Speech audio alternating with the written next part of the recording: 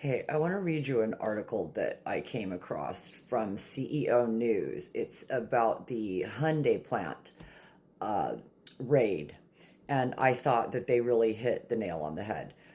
On September 4th, Georgia's Bryan County was plunged into chaos. Hundreds of federal agents from Homeland Security investigations joined by the FBI and DEA raided the construction site of the Hyundai Motor Meta plant. The site of Georgia's largest ever economic project resembled a war zone and construction ground to a complete halt. In what became the largest single site raid in HSI history, 475 people were arrested, the majority of whom were citizens of South Korea, a key U.S. ally. The trigger for this massive operation was not sophisticated intelligence analysis or a whistleblower's act of conscience.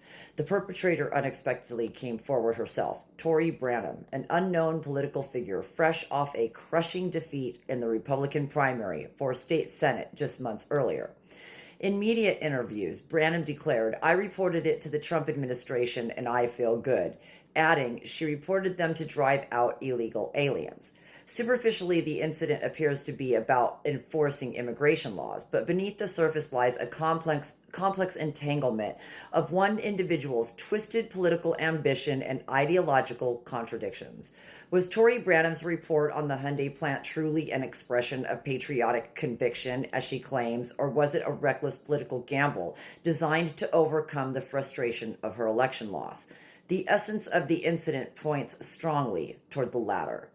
To understand Tori Branum's actions, one must first examine the gap between the image she meticulously constructed and cold reality. Drawing on her Marine Corps service, she branded herself as someone practicing honor, courage, and commitment. As a firearm business owner, she championed the Second Amendment and claimed to be a true conservative, critical of the establishment. However, the voters' assessment was harsh. In the May 2024 Republican primary for state Senate, she suffered an overwhelming defeat to the incumbent, capturing only 23.4% of the vote against 76.6%. This was not merely a loss, it was tantamount to a political death sentence delivered by the local Republican base. The values and ideology Branham promoted had been thoroughly rejected by the market. A noteworthy point is her announcement immediately following the loss that she would run for federal Congress in 2026. Having confirmed that traditional election methods offered no path to victory, she needed an extreme, headline-grabbing stunt to capture voters' attention. The Hyundai plant report emerged precisely at this juncture. It is most reasonably interpreted as a calculated political act designed to overcome the Achilles heel of her electoral failure and cement her presence among far-right supporters. Branham's choice is fatal because her target, the Meta plant, is the heart of Georgia's economy. Spearheaded by Republican Governor Brian Kemp, this project, dubbed Georgia's Miracle, involves a total investment of $12.6 billion and is projected to create 40,000 direct and indirect jobs. The state government provided a massive $1.8 billion tax incentive package to secure the project. Throughout her campaign, Branham pledged to fix the failed economy, yet her actual conduct involved stopping Georgia's most powerful economic engine and threatening tens of thousands of jobs. This is a clear self-contradiction and a direct betrayal of the interests of her own community. A more insidious aspect is that this attack serves as friendly fire against the Republican establishment. The Meta plant is Governor Kemp's greatest achievement. By striking this project, Branham, who campaigned on purging rhinos, is effectively using federal power to shake the leadership of the mainstream state GOP and secure her own political standing.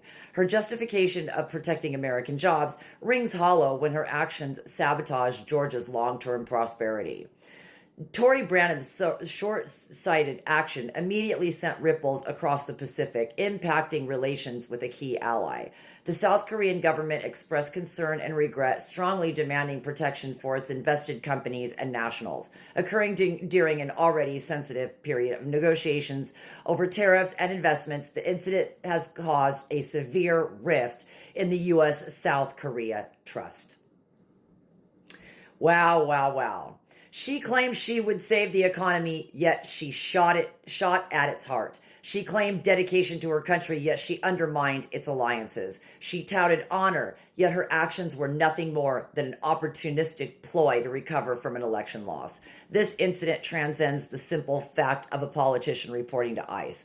This is the story of a political candidate who's seeking relevance after a devastating defeat, sabotaged her own state's economy, sparked an international dispute, and thereby proved herself fundamentally unfit for the public office she seeks. Tori Branum's gamble will ultimately be recorded as a fatal miscalculation by a political amateur. Hope you hear this, bitch. Resulting in a loss for everyone involved, including herself.